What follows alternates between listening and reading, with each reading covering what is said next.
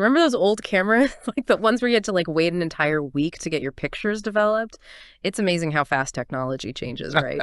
Well, get this, we are on the verge of another visual revolution, 3D image capture.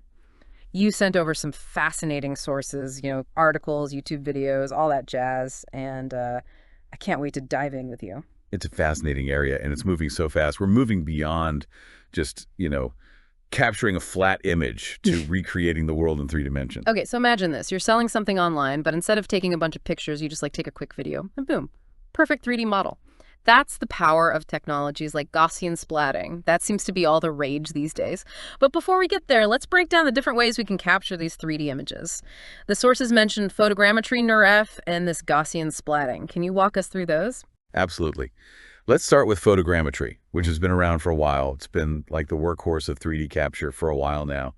Essentially, you take multiple photos of an object from different angles, and then software analyzes those images to identify corresponding points and uses those points to generate a point cloud. Ah, point clouds. I remember those from my brief foray into 3D modeling. It's like a digital representation of the object using millions of tiny points in space. Exactly. And from that point cloud, the software can construct a mesh, which is essentially a network of polygons that create the surface of the 3D model. And this technique has been used a lot in video games and movies, and even for preserving cultural heritage sites. Pretty impressive, but the Ganakel articles kind of hint that photogrammetry isn't perfect. What are some of the limitations? Well, one major challenge is dealing with shiny or transparent objects. The way they reflect light can mess up the calculations. Oh. And it can be very time-consuming, especially with larger objects or environments. You need a ton of pictures, which means lots of processing time. So that's where these newer techniques like NURF and Gaussian splatting come into play. The sources mention that they use something called volumetric rendering, which sounds a lot more complicated than just taking a bunch of pictures. It is a different approach. Think of it this way. Instead of defining an object with polygons, like in photogrammetry, volumetric rendering focuses on the space the object occupies. It's like creating a 3D grid and figuring out the color and density of light at each point within that grid. Okay, I'm visualizing this 3D grid filled with light, but how does that translate into a 3D model? Well, imagine shooting rays of light through this grid, and the software analyzes how these rays interact with the volume of the object, how they're absorbed, scattered, or reflected, and it uses that information to create a visual representation. So it's more about capturing the way light interacts with the object rather than just its surface geometry. Exactly. And because you're not limited by polygon resolution, you can achieve a much smoother and more realistic representation, especially with complex shapes and materials. It's like capturing the essence of the object, how it exists in space and light, rather than just an approximation of its surface.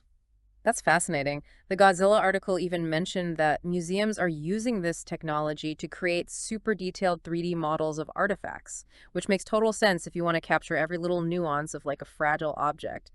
But let's get back to those two new techniques. What's the difference between NURF and Gaussian splatting? Well, both use volumetric rendering, but their underlying mechanisms are different.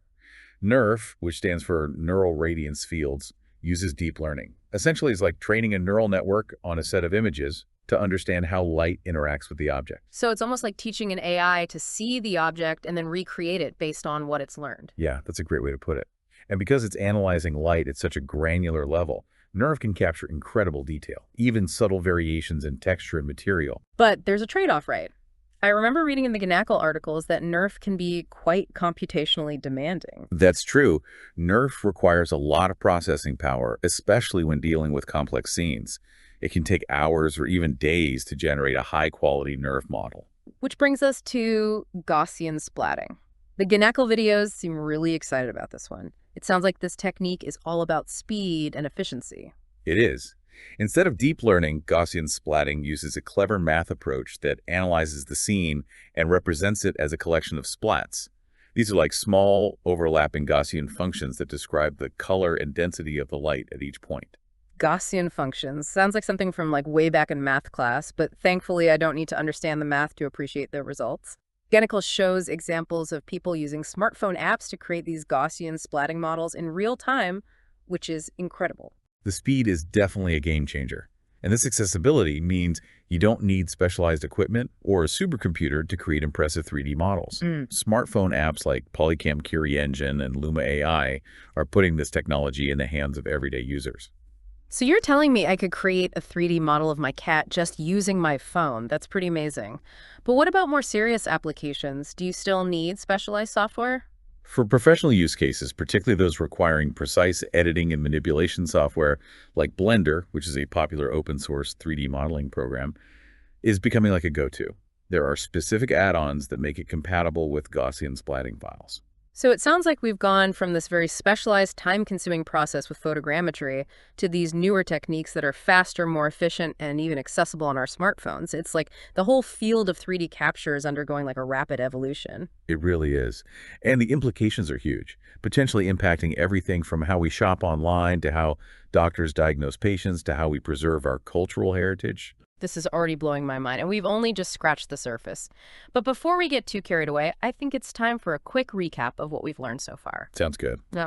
Let's take a moment to solidify those key points before we move on to even more mind-blowing applications. Excellent idea. So to recap, we've explored three main approaches to 3D image capture.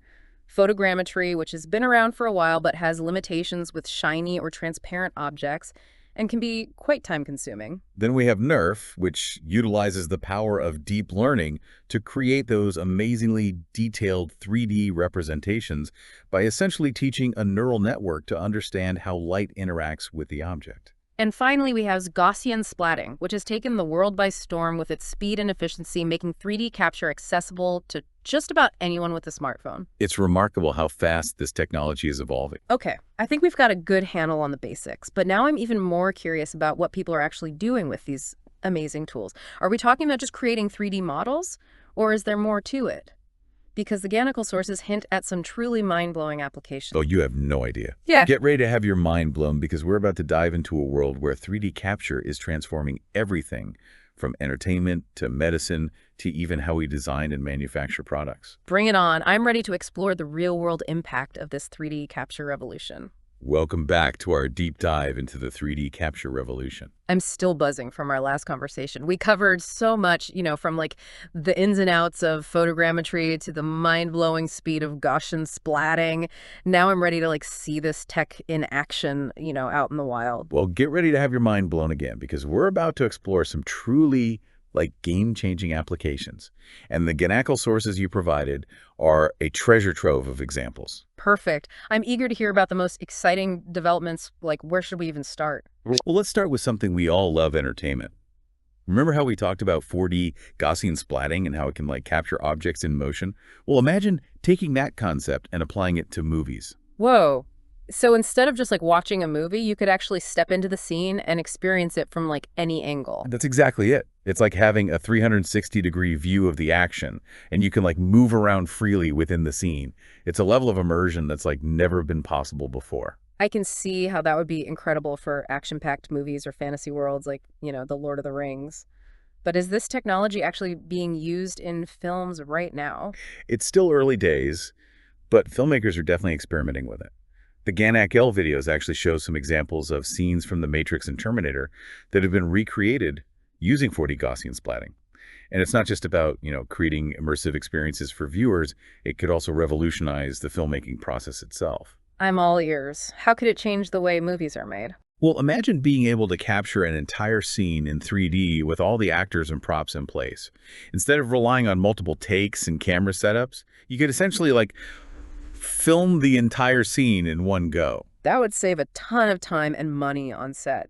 And it opens up some creative possibilities, too. Directors could experiment with different camera angles and perspectives in post-production without having to reshoot anything. Exactly. It could fundamentally change the way we think about filmmaking. And the applications extend far beyond just movies. Think about video games. Imagine stepping into a game world that feels truly real with environments and characters rendered in stunning detail. I mean, some of the newer games already look incredibly realistic, but this would take it to a whole new level. Absolutely. Yeah. And as the technology becomes more affordable and accessible, we'll likely see a surge in these immersive gaming experiences. And it's not just about visual fidelity either. 3D audio is also becoming increasingly sophisticated, adding another layer of realism to these virtual worlds. So you're telling me I could be running through a forest in a game and actually hear the wind rustling through the leaves all around me. Sign me up. But entertainment is just one area where this technology is making waves. What other industries are being impacted by 3D capture? Well, healthcare is another field that's ripe for disruption. Imagine being able to create like a perfect 3D model of a patient's heart before a complex surgery. Whoa, so the surgeon could essentially practice the entire procedure beforehand? Precisely. They could map out the best approach, identify potential challenges, and minimize risks, all within a virtual environment. And it's not just about preoperative planning.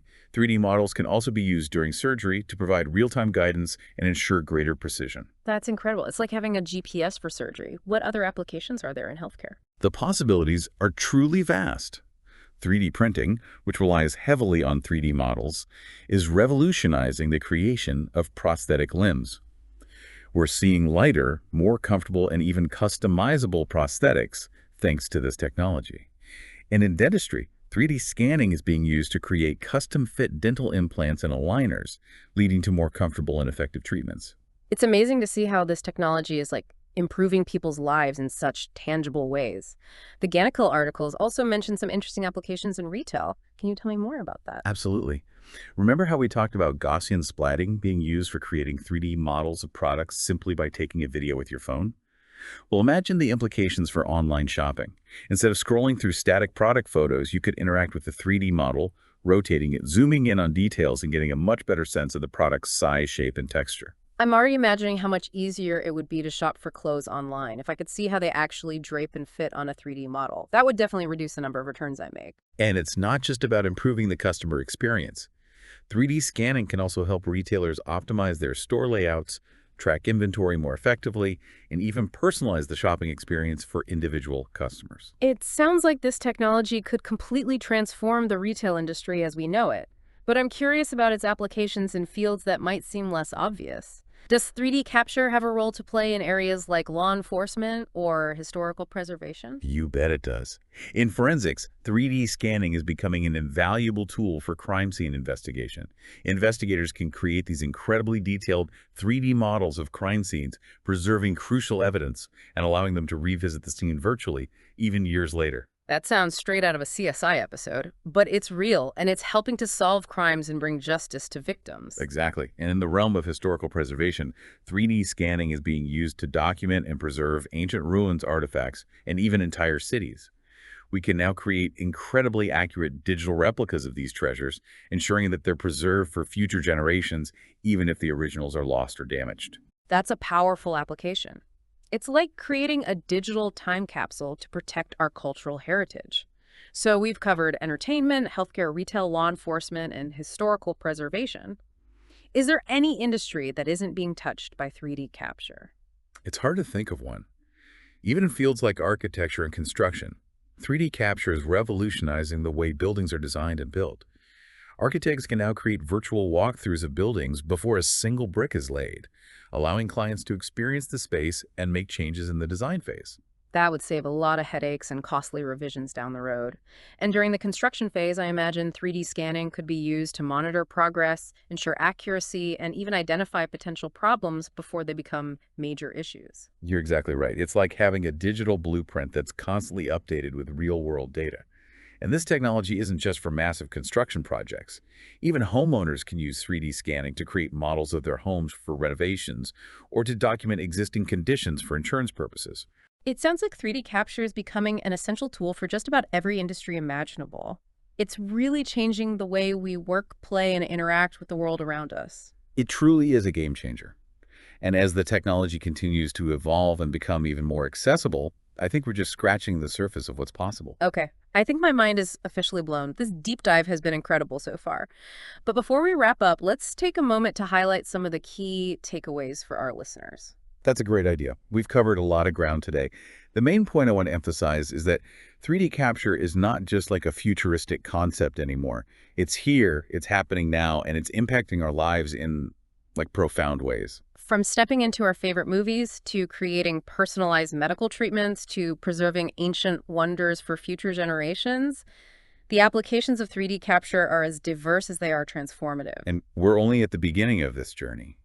As the technology continues to advance, we can expect even more innovative and mind-blowing applications to emerge. I can't wait to see what the future holds for 3D capture. And I'm excited to share even more fascinating insights with our listeners in the final part of our deep dive. Stay tuned, because we're about to explore some truly cutting-edge developments that are pushing the boundaries of what's possible with 3D capture. Welcome back. I'm still reeling from all those incredible applications we talked about last time.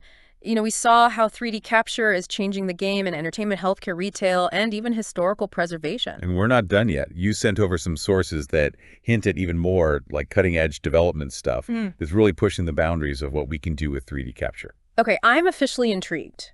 What kind of mind-blowing advancements are we talking about here? The Ganakel articles mentioned something about 3D capture being used in manufacturing and product design. Can you shed some light on that? Absolutely. This is an area where 3D capture is poised to revolutionize the way we create and manufacture products. We've already touched on 3D printing, which is transforming the manufacturing landscape, but it's just one piece of the puzzle. Right. 3D printing relies on having those accurate 3D models to work with. So where does 3D capture fit into this? Well, think about the traditional product design process. You start with sketches, then move to CAD models, and eventually create physical prototypes. This process can be really time-consuming and expensive, especially when you need to make changes or test different designs. Yeah, I can see how that would be a bottleneck, especially in industries where innovation is key. So how is 3D capture changing this? 3D scanning allows designers to capture real-world objects and environments really quickly and accurately, creating digital models that can be imported directly into CAD software. This means they can skip that tedious process of manually creating those models from scratch. So instead of measuring every nook and cranny of a physical object, they can just scan it and have a digital model ready to go. That sounds like a huge time saver. Exactly. And it's not just about speed. 3D scanning can also capture details and nuances that would be really tough or even impossible to replicate manually. Imagine trying to create a CAD model of a complex organic shape, like a human hand or a delicate flower. Oh man, that would be incredibly difficult to do by hand. But a 3D scanner could capture all those intricate details in an instant. Precisely. And once you have that digital model, you can manipulate it in all sorts of ways. You can scale it, modify it, combine it with other models, and even simulate how it would perform under different conditions. So designers can experiment with different designs, materials, and even test the product's durability all in a virtual environment before they even have to make a physical prototype. That's right. And this ability to iterate quickly and test different options is driving innovation in all sorts of industries, from aerospace to automotive to consumer goods. I see how that could lead to lighter, stronger, and more efficient designs. Are there any specific examples of how companies are using 3D capture in product development? The Ganakel articles highlight some fascinating examples. One company is using 3D scanning to create custom-fit orthotics and prosthetics. These are more comfortable and effective than traditional models. You see, they can scan a patient's body and then use that data to create a device that's perfectly tailored to their unique anatomy. That's incredible. It's like taking personalized medicine to a whole new level. Are there other examples? Another company is using 3D scanning to capture the interiors of cars, creating highly detailed digital models that are used to design and optimize everything from the dashboard layout to the placement of airbags. That's fascinating. I'm starting to see how 3D capture is kind of blurring the lines between the physical and digital worlds. It's like we can seamlessly move between these two realms now, using digital tools to understand and manipulate the physical world in ways that were never possible before. That's a great way to put it. And this convergence of the physical and digital is only going to accelerate as 3D capture technology becomes even more sophisticated and accessible. So what's next? What kind of advancements are on the horizon? The Ganakel sources mention something about 3D capture being used in robotics and autonomous systems. That's another exciting area to watch. Robots are becoming increasingly common in all sorts of settings, from factories to hospitals to even our homes. But for robots to effectively navigate and interact with the world, they need to be able to see and understand their surroundings. And that's where 3D capture comes in. Exactly. 3D sensors are being used to create these detailed maps of environments, allowing robots to move around safely and avoid obstacles. These sensors can also be used to identify and track objects, which is essential for tasks like picking and placing items or interacting with tools. So we're talking about robots that can actually understand their surroundings in 3 dimensions, not just rely on pre-programmed instructions or simple 2D images. That's right.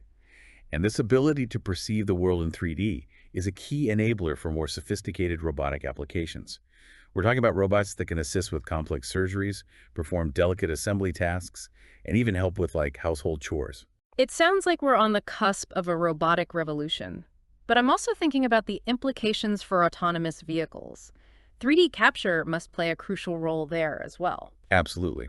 Self-driving cars rely heavily on 3D sensors to create a real-time map of their surroundings, identifying other vehicles, pedestrians, traffic signals, and even road conditions. It's incredible to think that these vehicles can perceive the world in such detail, even more accurately than a human driver in some cases. And as 3D capture technology continues to improve, autonomous vehicles will become even safer and more reliable, paving the way for a future where transportation is truly transformed. I'm starting to feel like we've only just scratched the surface of what's possible with 3D capture. It's clear that this technology is going to have a profound impact on our lives in the years to come. I completely agree. And the most exciting part is that we're still in the early stages of this revolution. New applications and innovations are emerging all the time. So as we wrap up this deep dive, what's the key takeaway for our listeners? The main point I want to emphasize is that 3D capture is not just a cool technology. It's a fundamental shift in how we interact with the world. It's about bridging the gap between the physical and digital realms, creating a world where we can capture, analyze, manipulate, and recreate our surroundings with incredible precision. It's about empowering us to understand and shape our world in ways that were never possible before. And as this technology continues to evolve, it's going to create incredible opportunities for innovation, problem solving, and creativity across every industry imaginable. It's truly an exciting time to be witnessing this technological revolution unfold. And to our listeners, thank you for joining us on this deep dive into the world of 3D capture. We hope you've enjoyed the journey as much as we have. Until next time.